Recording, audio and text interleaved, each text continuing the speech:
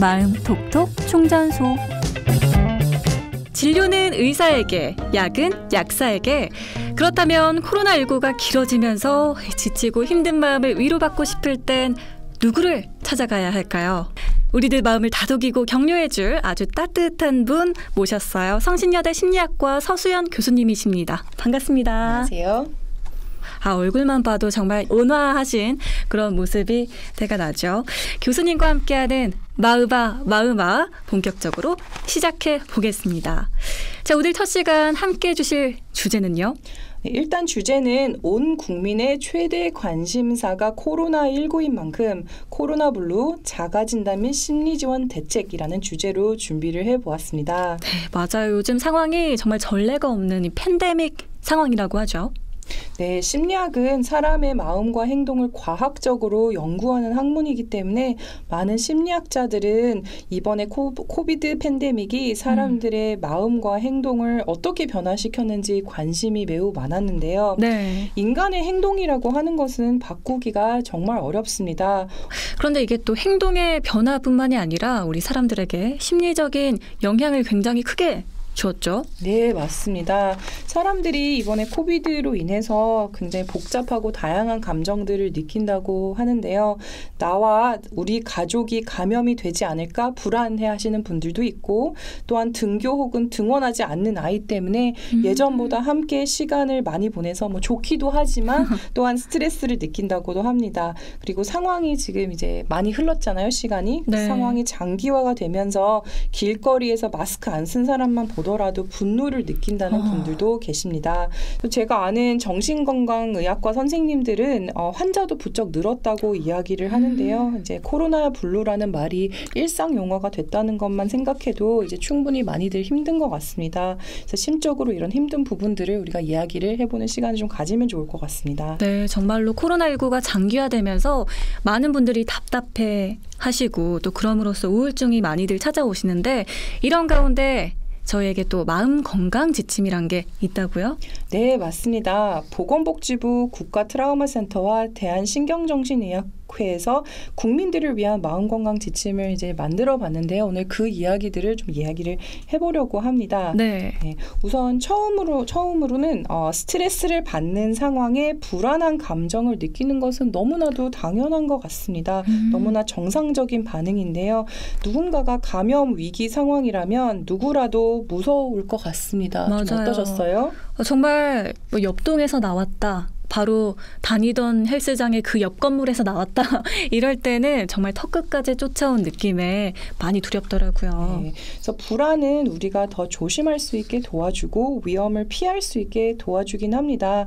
그렇지만 너무 과도하게 불안을 느끼게 되면 집에서 꼼짝도 못하고 아무것도 못하고 오히려 지쳐서 몸에 부정적인 영향을 미칠 수가 있습니다. 면역력이 떨어져서 오히려 더 주의를 하는 것이 좋겠고요. 네. 네, 두 번째는 이제 정확한 정보를 필요한 만큼 얻는 것이 중요하다고 합니다. 코비드에 대해서 알려지면서 저는 초반에는 하루 종일 뉴스만 봤던 것 같아요.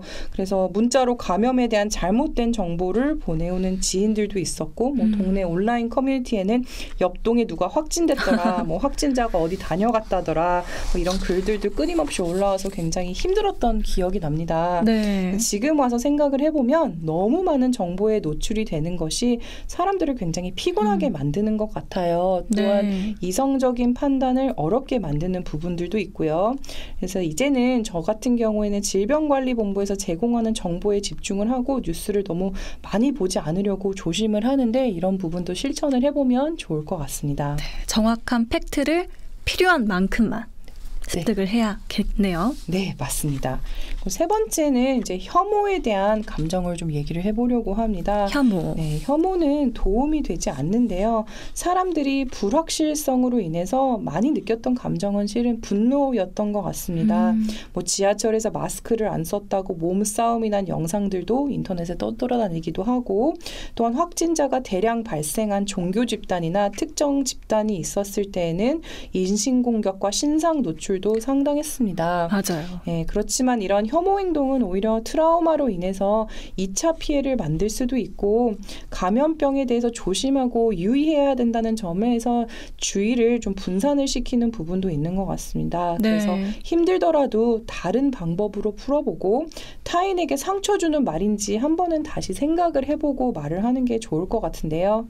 이후 분노 특집을 계획을 하고 있으니까 그때 어떻게 좀 화를 잘 참고 화를 잘 조절을 할 수 있는지에 대한 방법도 한번 준비를 해보도록 하겠습니다. 그 시간도 기다려지네요.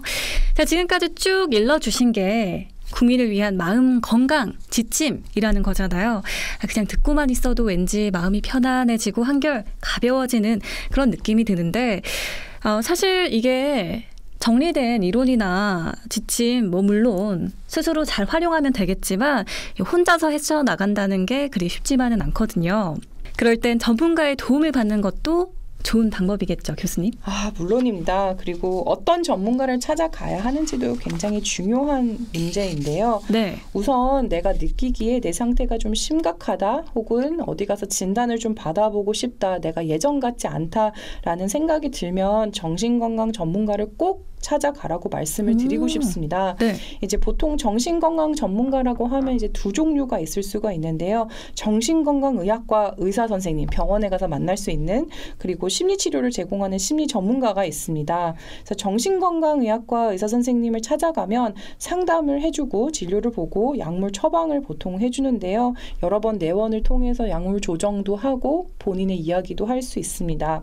그리고 이제 나는 약을 먹기 싫다, 그리고 조금 더 내 마음속에 있는 이야기를 더 오래 그리고 더 많이 해보고 싶다 이러면 심리 전문가를 찾아가는 것도 한 가지 방법입니다. 네. 심리 전문가를 찾는 것은 조금 더 이제 복잡하고 어려울 수가 있는데요.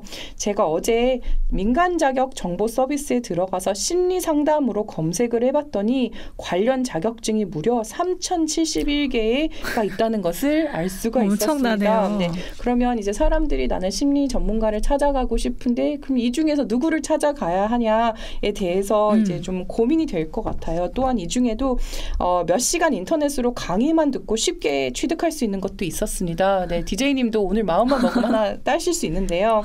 이제 보통은 저희 업계에서는 어떤 기준이 좀 중요하냐라고 얘기를 했을 때 석사학위 이상의 학력을 갖추고 최소 병원과 같은 현장 경험을 3년 이상 한 자격증은 그렇게 많지는 않습니다. 그래서 네. 저는 몇 개 추천을 드리자면 한국임상심리학회에서 발행하는 임상심리 전문가라는 자격증이 있고요.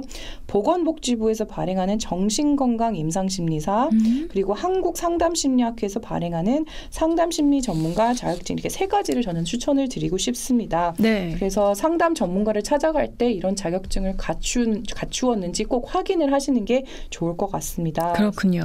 제대로 된 자격을 갖추지 않은 분에게 상담을 받으면 오히려 더 안 좋아질 수 있기 때문에 유의를 하시는 게 좋을 것 같습니다. 네.